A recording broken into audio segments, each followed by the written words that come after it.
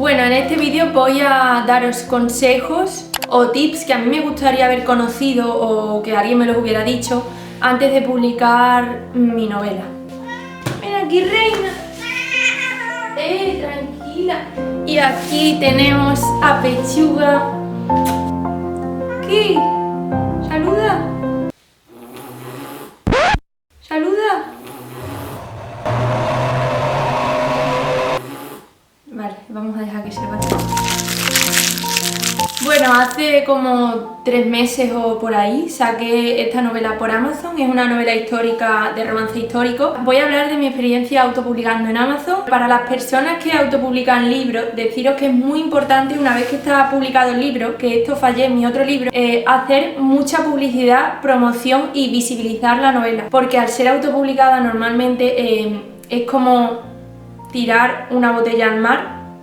A menos que alguien la encuentre, nadie va a saber que existe tu libro, a menos que encuentre esa botella. O sea, a menos que ponga el título de tu libro en Amazon, no le va a aparecer por arte de magia, nadie va a saber que existes. Entonces es muy importante darte a conocer, dar visibilidad, el marketing es fundamental. Por ejemplo, en Amazon tienes muchas opciones para darle visibilidad o promocionarlo, con promociones normales que da Amazon, o por ejemplo puedes inscribirlo en KDP Select o en Amazon ADS, que es para poner imágenes promocionales del libro, que eso puede ayudar a que el lector se fije en el libro y le dé interés para leerlo. También los lectores ceros, yo creo que son muy importantes. Yo en mi caso pues le di el libro antes de publicarlo a mi abuela y se lo leyó sin saber que era mío, y así puedo tener yo una crítica constructiva y una crítica real que no es subjetiva porque sea mi abuela.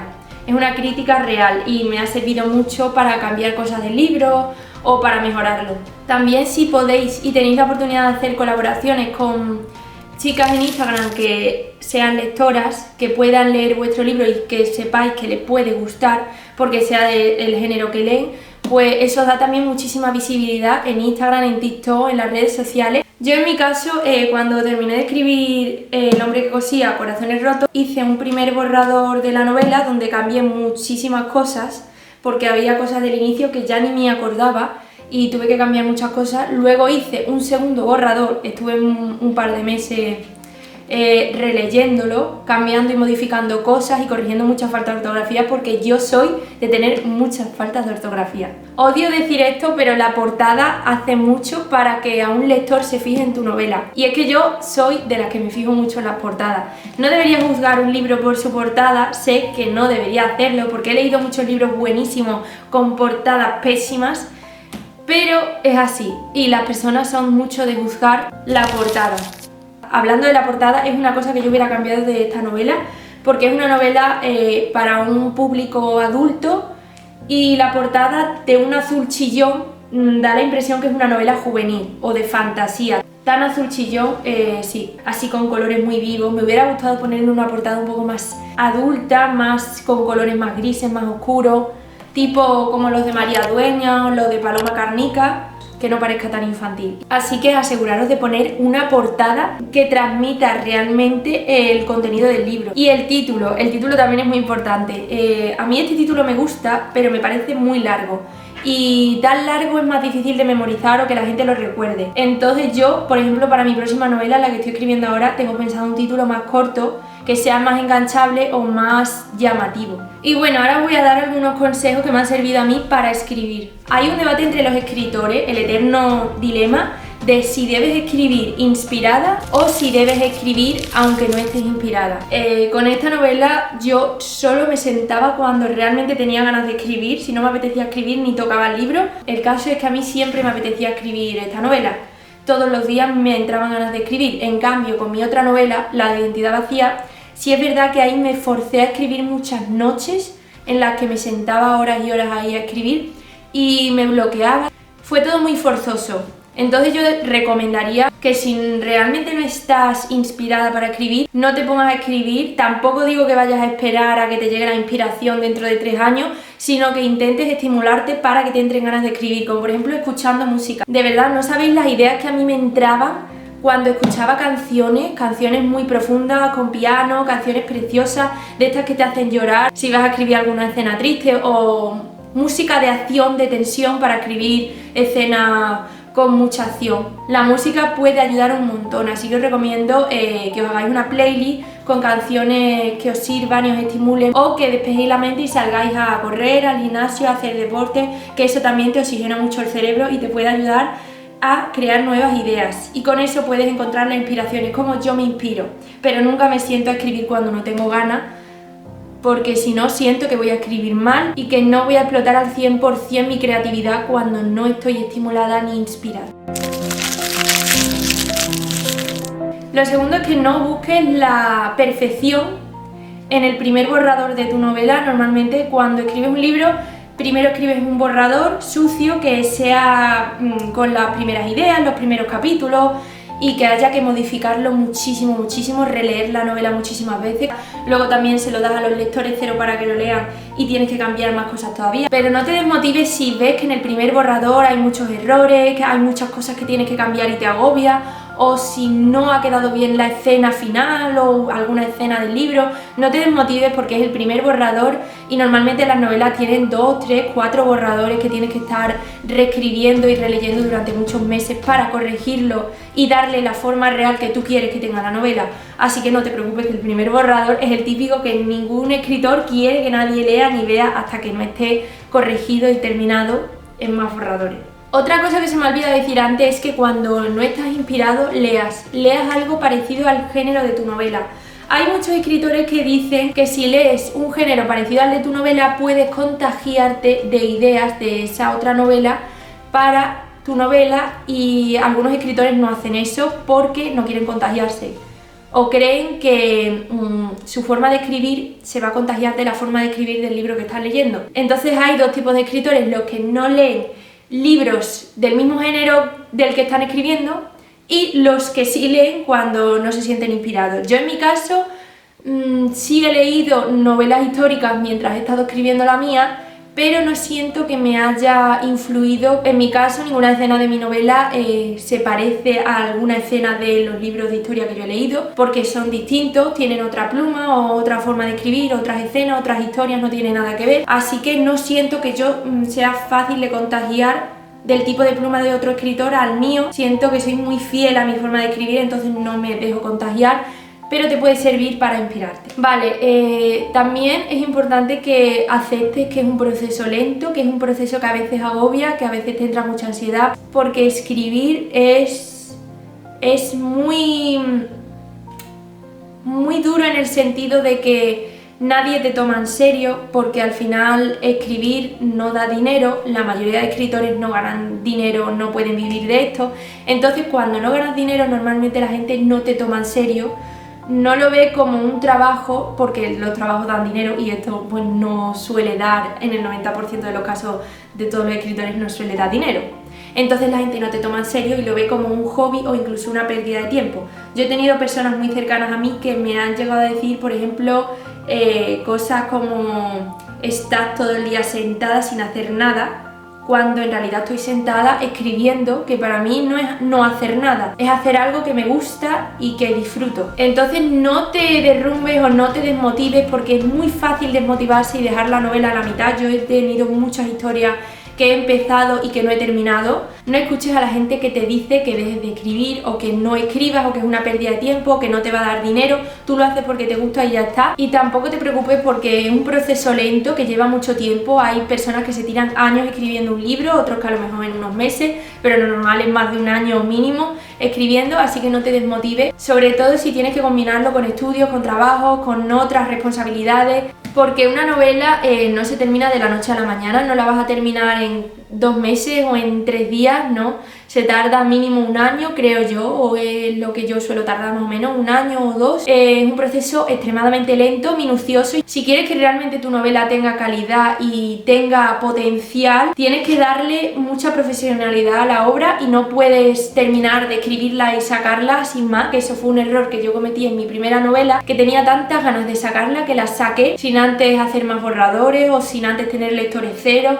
o sin asegurarme de que estaba bien corregida. O sea, tienes que ser muy minucioso antes de sacarla y asegurarte de que tiene buena corrección, buena maquetación por dentro, es muy importante. A mí es de las cosas que más me cuestan, la maquetación del libro, hacer para que, por ejemplo, Por ejemplo, aquí tenga este espacio, aquí tenga este otro espacio, que tenga a lo mejor 7 centímetros de sangría aquí, interlineado, que estén los párrafos con cierta distancia. Todo el tema de la maquetación es muy importante para darle una calidad profesional a tu libro, así que intenta antes de sacarlo corregir todas estas cosas. Por ejemplo, en esta novela, en los cambios de escena o en los cambios de narradores que narra otro personaje, he metido como una imagen de unos soldaditos muy mona que me ha gustado y creo que eso también le da un poco de originalidad o personalidad a la historia. Bueno, luego no te derrumbes si alguien te dice que tu libro no le ha gustado. Los libros son como las películas, son como los colores, a algunos les gustan, a otros no, todos tenemos opiniones, personalidades. Al final tienes que pensar de manera positiva en que las críticas son herramientas y no ataques. El sello editorial sí es verdad que te da más credibilidad o más prestigio que autopublicarlo por tu cuenta. Las editoriales convencionales suelen tener mejor edición, corrección, diseños, maquetaciones o distribuciones, ya que cuentan con profesionales reales y no como por ejemplo yo, que lo hago yo todo sola y que yo no soy diseñadora profesional o correctora profesional. Si lo haces con una editorial tradicional, tu libro puede llegar, aparte de a librerías físicas y a concursos literarios, tiene una distribución muchísimo más amplia que Amazon, porque en Amazon solo lo tienes en Amazon y solo lo puedes pedir en físico por Amazon. En cambio, en una editorial convencional puedes pedir el libro en cualquier librería de España, entonces te abre muchísimas más puertas y más posibilidades de venta. La editorial asume los gastos de distribución y publicación, eso también es un plus, pero sí es verdad que ganas menos. Normalmente los autores en una editorial suelen ganar el 8%, 9%, 10% y en Amazon las regalías son muchísimo más altas, puedes ganar hasta un 70% del libro o un 60%, muchísimo más. También una de las ventajas de Amazon es que puedes publicar en cualquier momento, en cuestión de 2 días puedes tener el libro publicado. Y en una editorial convencional puedes tardar solo 6 meses en que te lean el libro y una vez que te lo leen puedes tardar hasta 1 o 2 años en que por fin se publique. En una editorial convencional ellos eligen la portada, lo corrigen y pueden modificar muchas cosas del libro y ya no es tan fiel a tu pluma y a tu forma de escribir si te modifican ellos algunas cosas de la trama. Ellos deciden también el título final y también te pueden cambiar parte del texto de la novela si no les gusta o creen que necesita cambios.